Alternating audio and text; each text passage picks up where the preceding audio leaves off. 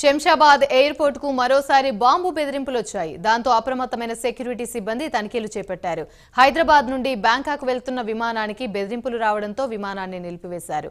ప్యాసింజర్లు కిందికి దించేసి తనిఖీలు చేపట్టారు.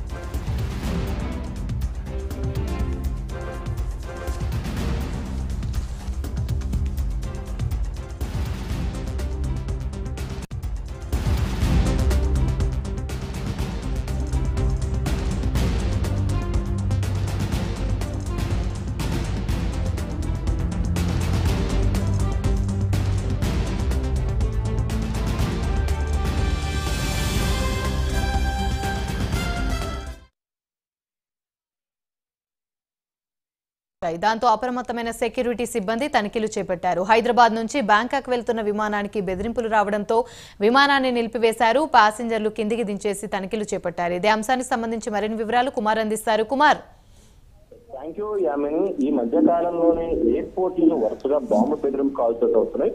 ఈ నేపథ్యంలోనే ఈ రోజు శంషాబాద్ లోని రాజీవ్ గాంధీ ఎయిర్పోర్ట్ కూడా ఇదే తరహాలో ఒక బాంబు బెదిరింపు అయితే వచ్చింది. ముఖ్యంగా ఎన్ఓకే ఎయిర్ PD 959 హైదరాబాద్ నుంచి బ్యాంకాక్ వెళ్లే విమానంలో బాంబు ఉందంటూ కూడా ఒక అజ్ఞాత వ్యక్తి కాల్ అయితే చేశాడు. దీంతో ఒక్కసారిగా అలర్ట్ అయిన ఎయిర్పోర్ట్ సిబ్బంది విమానంలో ఉన్న పాసింజర్స్ అందరినీ కూడా కిందకి దించి పూర్తిగా తనిఖీ చేశారు. అలాగే ఎయిర్పోర్ట్ మొత్తం కూడా పూర్తిగా తనిఖీ చేసిన తర్వాత ఈ తనిఖీల్లో కూడా ఎటువంటి బాంబు కనబడలేదని, ఇది ఒక ఫేక్ కాల్ అని చెప్పి కూడా ప్రస్తుతం అధికారులు డిక్లేర్ చేశారు.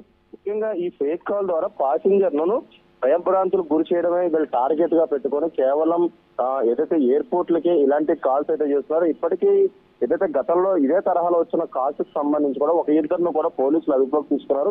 ఇప్పుడు ప్రస్తుతం శంషాబాద్ ఎయిర్పోర్ట్ పోలీసులు కూడా దీంట్లో కేసు అయితే నమోదు చేశారు. ఈ కాల్ ఎక్కడి నుంచి వచ్చింది, ఎవరు చేశారన్న కోణంలో విచారిస్తున్నారు. గతంలో కూడా ఇదే తరహాలో అనేక సార్లు శంషాబాద్ ఎయిర్పోర్ట్ కి బాంబు బెదిరింపు అయితే రావడం జరిగింది. కానీ ప్రతిసారి కూడా అధికారులు అప్రమత్తమై పూర్తిగా ఎయిర్పోర్ట్ తో సహా ఫ్లైట్లలో కూడా ప్రతి ఒక్కటి బాంబు తనిఖీలు అయితే చేపడుతున్నారు. ఈ రోజు ఉదయం వచ్చిన కాల్ కూడా ఒక ఫేక్ కాల్ అంటూ కూడా ఇప్పటికీ అధికారులతో డిక్లేర్ చేయడం జరిగింది. Right, thank you.